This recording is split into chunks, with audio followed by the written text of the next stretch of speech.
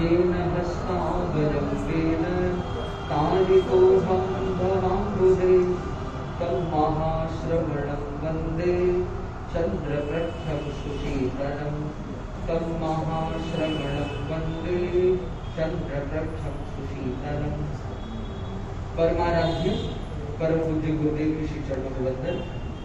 विराजित बहुश्रुत परिषद के संयोजक मुनि श्री महेंद्र कुमार जी स्वामी आदि मुनिवृंद के चरणों में मेरा सबों से वंदन। यहाँ समागत धर्मानुरागी भाइयों और बहनों, आज का दिन मेरे लिए ये बहुत ही विशेष बन गया कि मेरे जैसे एक छोटे से साधु के लिए, मैं तो सामान्य सा छोटा सा बच्चा हूँ, और मेरे लिए मुनि श्री ने इतनी कृपा कराई। मुनि श्री अजित कुमार जी स्वामी ने अर्ज की थी क्योंकि संसार पक्षी नाते थे, कुछ सुनाना चाहते हैं, मुनि श्री कृपा कराए। तो मैंने तो मुनि श्री को यही निवेदन किया कि महाराज मेरे लिए इतना समय आप क्यों निकालते हैं, क्योंकि मुनि श्री जो कार्य करते हैं वो कार्य बहुत महान है। तो मैं मुनि श्री के आगम कार्य के लिए केवल अपने एक दीक्षा दिवस के लिए मैं मुनि श्री का क्यों समय मैं इस प्रकार से उसका उपयोग करूं। पर तो भी मुनि श्री की महती कृपा रही कि मुनि श्री ने अपने कार्य को एक बार पॉज करके भी मुनि श्री यहाँ पर पधारे हैं। तो इसलिए सर्वप्रथम तो मुनि श्री के चरणों में मैं कृतज्ञता व्यक्त करता हूँ कि मुनि श्री ने मेरे लिए समय निकाला। मुनि श्री अभिजीत कुमार जी स्वामी ने फरमाया भी आज के कार्यक्रम के हीरो, पर मैं तो कहता हूँ मैं हीरो नहीं, मैं तो जीरो हूँ। इस जीरो को हीरो बनाने के लिए या उस कहते उस दिशा में कहा जा सकता है अग्रसर करने में बहुत लोगों का हाथ रहा है। ऐसे ही किसी का जीवन नहीं बनता। जन्म अलग बात होती है, जन्म तो कितने कितने लोग लेते हैं, संभवतः लाखों करोड़ों लोग रोज जन्म लेते होंगे, पर ऐसे कितने लोग ऐसे होंगे जिन्हें एक अच्छा जीवन जीने का मौका मिलता है। तो एक होता है जन्म और एक होता है जीवन। तो जन्म बहुत को मिलता है, पर एक अच्छा जीवन होना ये दुर्लभ होता है। तो मुझे ठीक है, मुझे जन्म भी मिला और ऐसे संसार पक्षी माता पिता का योग भी मिला। आज मैं तो मानता हूँ कि संसार पक्षी माता और पिता, संसार पक्षी माता जी यहाँ उपस्थित है, तो मैं कहता हूँ इनका भी कितना बड़ा उपकार है कि अगर आज इन्होंने ठीक तरह पालन पोषण नहीं किया होता, या उसके आगे की बात जो ज्यादा मुख्य बात है, मैं अकेला बेटा था, अकेला बेटा होता, अगर ये आज्ञा पत्र लिख के नहीं देते तो मेरी दीक्षा कैसे होती।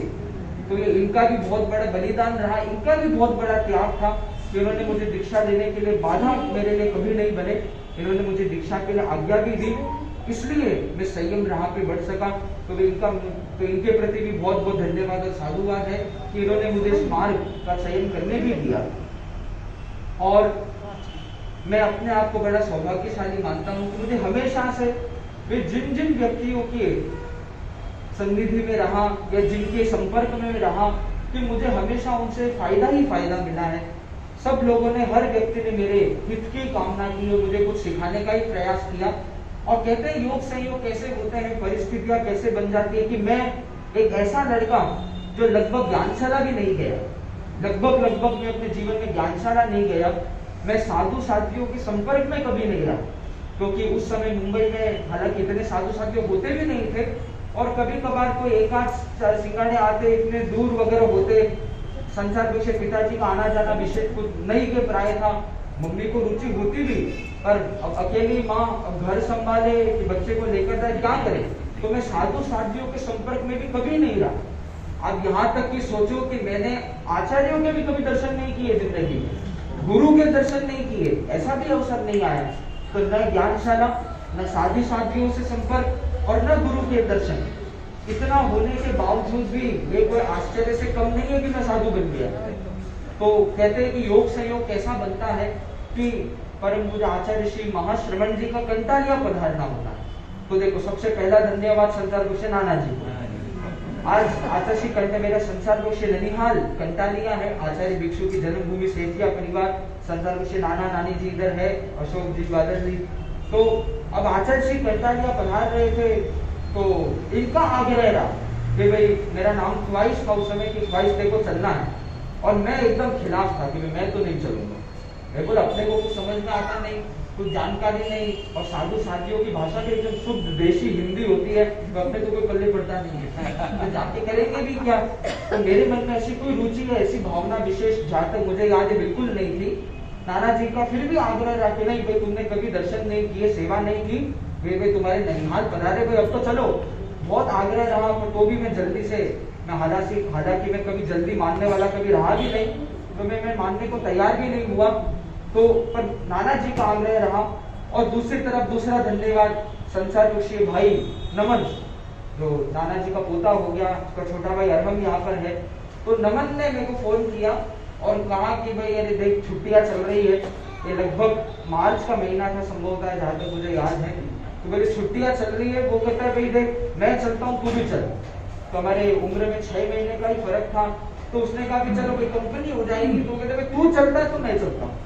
तो इस बात से मैंने जाने का निर्णय लिया कि चलो वो चल रहा है तो मैं भी चल जाऊंगा, छुट्टियां है, चलो साथ में रहेंगे, कंपनी हो जाएगी। इसलिए हम 4 दिन की रास्ते की सेवा में नाना जी के ये कह सकते सहयोग से हम 4 दिन के रास्ते की सेवा की।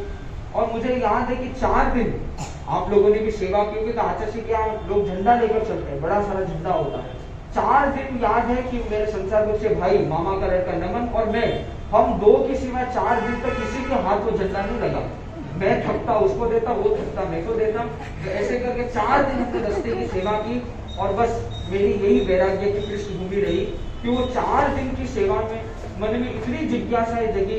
पहली बार मैंने आचार्य के इस प्रकार की सेवा की, साधु साध्वियों को देखा, भाई इनका कैसा जीवन है, क्या करते हैं, तो कैसी गोचरी पानी होती है। पहली बार देखा एक बच्चा होता है, तभी मैं खाली 12 साल का था, मेरे 12 साल की तब संबोधन पूरे नहीं हुए थे, 12वां साल मेरा चल रहा था।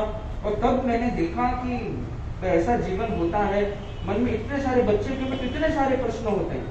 तो उस समय में तीसरा योगदान जो मुख्य रूप से मुनीषी मनन कुमार जी स्वामी, तो मनन कुमार जी स्वामी थे। सब आचार्य के बाद तो सब साधु साध्य सो गए, पढ़ा गए। मनन कुमार जी स्वामी थे, वो ऐसे पढ़ाकू संत है हमारे, देरी तक पढ़ते रहते हैं। तो वो बाहर स्ट्रीट लाइट में पढ़ रहे थे। अब मैं भी मुंबई के रहने वाला, जल्दी सोना तो डीएनए में नहीं लिखा हुआ, पर जल्दी नींद तो आती नहीं, क्या करें, घूम रहे, सब सो गए, अंधेरा हो गया। पर एक मनन कुमार जी स्वामी मिल गए, उनके पास जाके बैठ गया। और मन में प्रश्न तो बहुत थे, पर संकोच था। अब वो मेरे से कुछ पूछे कि मैं उनसे पूछूं, पहले बात कौन चलाए। कुछ देर बैठा रहा, फिर मुनीषी ने अपनी किताब बंद कर, तो बच्चा इतनी देर से बैठा है। फिर मुनीषी ने कौन हो, कहाँ से आए हो, बातचीत चली। और फिर मैंने अपने प्रश्न पूछने चालू किए, तुम्हारा दीक्षा क्या होती है, तो इसके लिए कोई एग्जाम एंट्रेंस एग्जाम होती है, क्या करना क्या पड़ता है। तो मैंने अपने प्रश्न मुनीषी के सामने रखे और मुनीषी ने बहुत ही सुंदर तरीके से मेरे प्रश्नों का उत्तर भी दिया।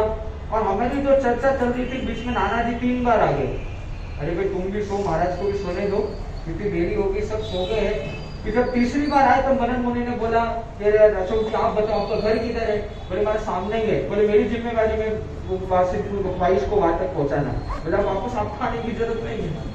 तो नाना जी को तो रवाना कर दिया। और मुनि श्री मनन कुमार से काफी मेरी लंबी चर्चा चली। और कहते तब मेरा वैराग्य पक्का हो गया।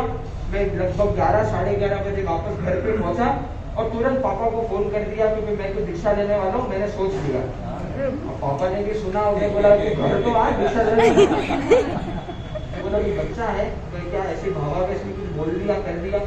पर आप देखो योग सहयोग कैसे बनता है।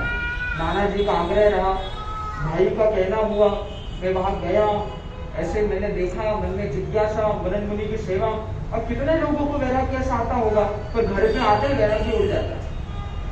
अब वहां पर कंटाले और साध्वी सुषमा कुमारी जी की उनकी भी काफी प्रेरणा रही। अब यहाँ पर मैं मुंबई आता हूँ तो अब वापस कहते हैं ना, दुनियादारी में वापस घुसने का वो मौका लगा ही नहीं। मैं मुंबई पहुंचा, छुट्टियां चल रही थी, यहाँ पर मुनीषी आलोक कुमार जी स्वामी मिल गए, उनकी सेवा की, वैराग्य और पुष्ट हो गया। फिर छुट्टियां चल रही थी, मैं ननिहाल गुलबर्गा, मेरी जन्मभूमि गुलबर्गा कर्नाटक है, तो वहां से गुलबर्गा पहुंचे, सीधा गुलबर्गा जा, तो गुलबर्गा गए, वहां मुनीषी धर्मेश कुमार जी स्वामी मिल गए। और धर्मेश कुमार जी स्वामी का संसार पक्षी ननिहाल के जो नाना नानी का जो घर है, वहां पर ही उनका प्रवास होना। अब वहां पर धर्मेश कुमार जी स्वामी की सेवा की, तो उनकी भी बहुत विशेष प्रेरणा रही। और कहते कि भाई वैराग्य तो आ गया, अब पुष्ट भी हो गया, पर मुंबई में रहते रहते या ननिहाल में रहेंगे तो दीक्षा कैसे होगी। अब धर्मेश कुमार जी स्वामी की उसकी दूरदर्शिता समझता हूँ, वो भी कहीं ना कहीं ये समझते होंगे, वे दीक्षा लेना चाहता है, पर माँ बाप को बोल देंगे तो दीक्षा के नाम से तो कभी भेजेंगे ही नहीं कभी। अब उन्होंने नाना नानी संसार पक्षी मम्मी पापा को ये समझाया कि भाई बालोतरा में एक संस्कार निर्माण शिविर हो रहा है बच्चों का, पूरे भारत से बच्चे आएंगे, तो भाई इसको उसको भेजो। तो शिविर के नाम पर मुझे भेजने की भी अनुमति मिली। अब शिविर की भी बात हो गई। अब मैं ज्ञानशाला तो जाता नहीं था, तो ज्ञानशाला वालों ने ना बोल दिया भाई ज्ञानशाला तो आता ही नहीं, हम क्यों इसको लेकर जाए। पर वहां पर भी कहते हैं योग संयोग ऐसा बना, एक बच्चे का नाम कैंसिल होता है, उसके जगह मेरा नाम सिलेक्ट होता है। और वहां पर हम गए, वहां से दर्शन शिविर का 10 दिन का शिविर था, दूसरा ही दिन था। अब ये बहुत बड़ा एक मोड़ था। अब दूसरे दिन हम सुबह सुबह सब साधु साधियों के दर्शन कर रहे थे। तो एक कमरा उन साधु साधियों में मुनि श्री महेंद्र कुमार जी स्वामी का भी था। तो तभी मुनि श्री 3 ही संत थे, मुनि श्री अजित कुमार जी स्वामी और अभिजीत कुमार, 3 ही संत थे। तभी एक कमरे में बैठे थे, मेरे साथ कई और लड़के थे। तो मैंने बड़े महाराज के तो दर्शन कर लिए और आजू बाजू तो कुछ देखा नहीं, सीधा कमरे से बाहर निकल रहा है। अब ऐसे कितने बच्चे चले गए होंगे। अब अभिजीत मुनि का पता नहीं मेरे प्रति क्यों मन में आया, अरे ऐसा कैसा बच्चा है, बड़े महाराज के तो दर्शन कर लिए, आजू बाजू देखा भी नहीं। अब अभिजीत मुनि के मन में आया, मैं गेट तक संभवतः बस पहुंच भी गया था, निकल रहा था और करके बुलाया मेरे को वापस। मुझे बोला कि इधर भी महाराज बैठे, दर्शन कर लो। मुझे क्या नाम है, कैसे है काम, और मजाक मजाक में पूछ लिया, आप दीक्षा लेने की भावना है? बोला हाँ बड़ी भावना है। और कहते बस तब से मुनि श्री ने जो पकड़ा आज तक छोड़ा नहीं। तो ऐसे ऋषि अभिजीत कुमार जी स्वामी का 10 मिनट में तो आचार्य के पास लेकर गए, सब बातचीत हो गई। आचार्य ने बोला कि ऐसे शिविर में आया हो बच्चा, इधर कैसे रोक लेंगे? तो भाई मम्मी पापा की लिखित आज्ञा चाहिए। 2 दिन पीछे पड़ के अभिजीत मुनि ने मम्मी पापा को समझाया कि देखो हम कोई दीक्षा की आज्ञा नहीं मंगवा रहे, खाली यहाँ पर रुकने की आज्ञा मंगवा रहे।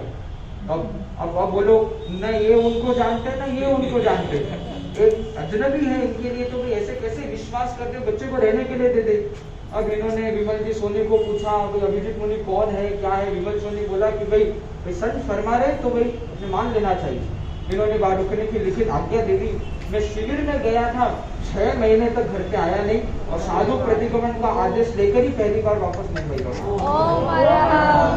और खाली विकास की यात्रा यहाँ पूरी नहीं होती, चलो दीक्षा भी हो गई, सब हो गई, और ऐसी गुरुदेव की कृपा भी मुझे मिली।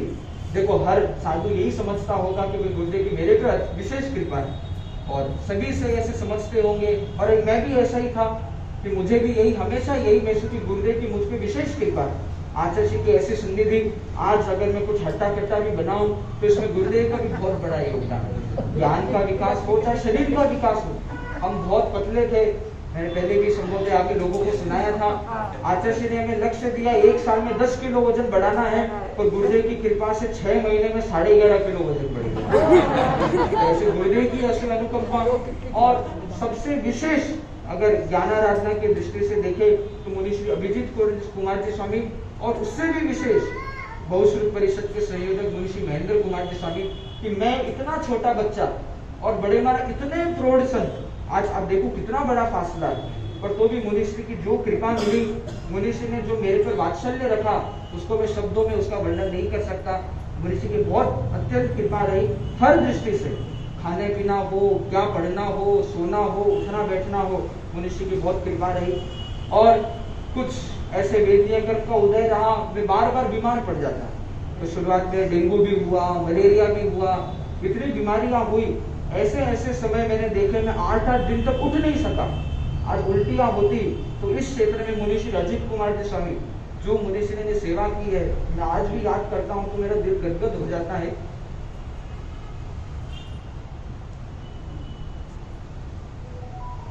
कि अब उल्टियां होती, सब होती, पर मुनि श्री की इतनी कृपा, जाके उसको परखना, ध्यान रखना, खाना पिलाना, कोई बीमार है कहाँ से लेकर आए, कैसे लेकर आए, कमर दबाना, इतनी जो मुनि श्री ने ध्यान रखी है, तो भाई मैं उसे कभी नहीं भूल सकता। आज ऐसे तपस्वी संतों की मैंने होना तो चाहिए क्या कि मैं मुनि श्री की सेवा करूं, पर मुनि श्री ने मेरी इतनी सेवा की है, तो मुझे लगता है कि मैं तो इतनी सेवा भी वापस मुनि श्री की शायद नहीं कर सकता। तो ऐसे अनेक कितने संतों की ऐसी वात्सल्य रही। और कहते हैं कि भाई जीवन में बहुत बड़ा मोड़ आज आया कि मुनि श्री जम्बू कुमार जी स्वामी भी पधारे, तो जिन्हें ऐसे तो राजकीय संत है, ऐसे राज वाले संत है, तो बचपन से इन्हें देखा है।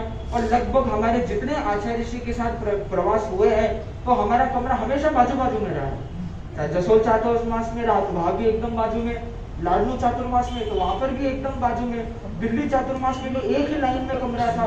तो मुनि श्री की भी सेवा का ऐसे अवसर लगातार मिलता रहा है, और कभी कल्पना भी नहीं की थी कि भाई अब बाजू बाजू कमरे वाले एक ही कमरे वाले बन जाएंगे। मुनिश्री के ऐसे अब प्रत्यक्ष सन्निधि हमें मिल रही है, तो ये भी मैं अपना सौभाग्य मानता हूँ कि अभी मुनिश्री से भी मुझे बहुत कुछ सीखने का, अभी तो गाड़ी चालू हुई है, तो मुनिश्री से बहुत कुछ सीखने को मिलेगा। मुनिश्री जागृत कुमार जी स्वामी कह सकते एक तरीके से भाई भाई जैसा व्यवहार है। कहते हैं कि भाई ज्ञान ऐसी चीज होती है कि बिना कंपटीशन भी विकास नहीं होता। तो मुनिश्री जागृत कुमार जी स्वामी से बहुत लगन वाले संत हैं, तो हर अध्ययन में कह सकते हैं कि लगन की दृष्टि से देखें तो बहुत बड़ी प्रेरणा है। जबकि हम तो बच्चे थे, कभी प्रमाद में समय व्यतीत करते तो हमेशा जागृत मुनि को देखते, अरे भाई मैं प्रमाद करूं, वो तो लगे रहते लिखते जाते, तो कहते कुछ काफी चीजें तो देखा देखी में, अरे वो करे मैं भी करूं, वैसे कर करके कहते हमारा साथ में अध्ययन का क्रम भी काफी समय तक चलता रहा। तो मुनिश्री जागृत कुमार जी स्वामी की भी बड़ी कृपा रही। तो इस प्रकार अनेक साधु साध्वियों की मैं कुछ कई प्रसंग में नहीं भी बोल पाया हूँ कि समय की बहुत सीमा है। तो इस प्रकार साधु साध्वियों की जो कहते हैं जो माइकपना रहा है तो उसे शब्दों में नहीं कहा जा सकता। और मैं ये आपको इसलिए बता रहा हूँ कि भाई लोग कई बार जब साधु जीवन का चिंतन करते हैं तो एक ही बात लोगों के मन में आती है कि अरे साधु बनना तो बहुत मुश्किल काम है, साधु बनना तो बहुत, कहते हैं ना भी तलवार की धार पे चलने जैसी बात है। पर मैं अपना अनुभव कहूँ तो भाई वास्तविकता तो इसे ठीक उल्टी। जितने सुखी हम साधु साध्वियाँ है, जितना वात्सल्य यहाँ पर मिलता है और कहीं दूसरी जगह मिलना मुझे तो संभव नहीं लगता। तो ऐसे साधु साध्वियों का वात्सल्य मुझे हमेशा वैरागी था, दीक्षा के पहले से मुझे मिलता रहा, आज भी मिलता है। आज मुनिश्री की इतनी लंबी तपस्या में मुझे पानी पीना याद नहीं रहता है, मुनिश्री ला के मुझे पानी पिलाते हैं। हालांकि कोई मेरे लिए अच्छी बात नहीं है, ऐसा मुझे मुनिश्री को अवसर नहीं देना चाहिए, पर मुनिश्री के में कहने का तात्पर्य है कि इतनी कृपा मुनिश्री की, तो ऐसे अनेक साधु साध्वियों की समय समय पर पढ़ाने में करने में एक नहीं इतने सारे साधु साध्वियों की कृपा रही है। क्योंकि उन सभी चारित्र आत्माओं के प्रति ऐसे कितने श्रावक श्राविका, आज छोटे बड़े संयम के विकास में कितने श्रावक श्राविकाओं का भी बहुत बड़ा योगदान रहा है। उदाहरण के खाली एल्फिंस्टन में देख ले तो एल्फिंस्टन भी एक ऐसा इलाका है, बड़े बड़े श्रावक श्राविका है। बड़े का अर्थ ऐसा नहीं है कि भाई अर्थ में बहुत बड़े हैं, नाम में बहुत बड़े, भावना में, जानकारी में। तो एल्फिंस्टन दादर का इलाका, और यहाँ हम देख रहे हैं ढोका परिवार, वल्लोटा परिवार, भोरा परिवार, भंसाली परिवार, ये लोग भी जो सेवा कर रहे हैं तो ये दूसरे लोगों के लिए भी बहुत बड़ी प्रेरणा है। आज छोटा सा लड़का तत्व है, आज 12.5 साल का लगभग है, मैं भी दीक्षा ली तब इसके जितना ही था। आज मेरा दीक्षा दिवस था तो आज इसने मेरे लिए नेम प्लेट बनाया, बुकमार्क बनाया, और देखा कि इतना छोटा होकर आर्टिस्ट है अपने आप। तो ये इतना छोटा होकर भी ये कृति हिया, छोटे छोटे बच्चे भी यहाँ पर इतने हैं। चौथे माले पे हार्दी है और भी उसके भाई बहन बब्बी आदि है। तो ये पूरे सारे परिवार इतने छोटे बच्चे होते हुए भी इनमें इतने अच्छे संस्कार देखने को मिलते हैं कि जो अवसर मुझे भी अपने बचपन में नहीं मिला, पर ये ऐसे छोटे छोटे बच्चों, उनकी सेवा भावना, उनकी कर्तव्य निष्ठा इतने छोटी उम्र में, ये सभी लोगों के लिए प्रेरणा है। तो मैंने ये प्रयास किया। अब इतने लोगों का उपकार क्या क्या रहा है उसे पूरा बताया भी नहीं जा सकता, तो मैं संक्षेप में किया। तो मैं वापस अपने बात अंतिम में वापस मुनिश्री के प्रति बहुत कृतज्ञता व्यक्त करता हूँ कि मुनिश्री ने मुझे जो अवसर दिए। आज बोलने की भी अगर बात है तो वे देखो, बोलने का काम तो देखो अगवाणी का होता है। आज प्रवचन का चाहे काम हो, अगवाणी संभालते हैं, छोटे संतों का कहाँ नंबर लगता है। पर हमारे यहाँ तो सिस्टम, गंगा उल्टी बहती है, नदी नीचे की तरफ नहीं ऊपर की तरफ बहती है। मुनिश्री कहते हैं हम तो बहुत बोला दिए, तो तुम लोग बोलो। तो मुनिश्री अपना विसर्जन करके हम छोटे संतों को मुनिश्री अवसर देते हैं, हमें सीखने का मुनिश्री ने अवसर दिया। तो ऐसे में मुनिश्री के चरणों में जितनी कृतज्ञता व्यक्त करूँ वो कम है। और मैंने बहुत ज्यादा लंबा बोल दिया, रात प्रसंग था, सहज मौका था, तो मैंने कुछ कृतज्ञता व्यक्त की, पर जितना करूँ उतना कम है। तो मैं मुनिश्री के सभी जिन व्यक्तियों का मेरे संयम जीवन में जो सहयोग रहा, उन सभी के प्रति मैं बहुत उनके जीवन के प्रति भी आध्यात्मिक कामना करता हूँ कि आप भी कभी इस दिशा में आगे बढ़ सके और मुझे देख के ये देख सके कि साधु जीवन तलवार के धार पे चलने जैसा नहीं है, ये गृहस्थ के जीवन से लाख गुना ज्यादा बेहतर है। हम जितने सुखी, जितने निश्चिंत रहते हैं इस दुनिया में शायद कोई नहीं रहता होगा। तो मैं यही प्रेरणा के साथ और यही मंगल भावना के साथ पुनः मुनिश्री सभी संतों के चरणों में कृतज्ञता के साथ अपने वाणी को यही विराम देता हूँ। भावना को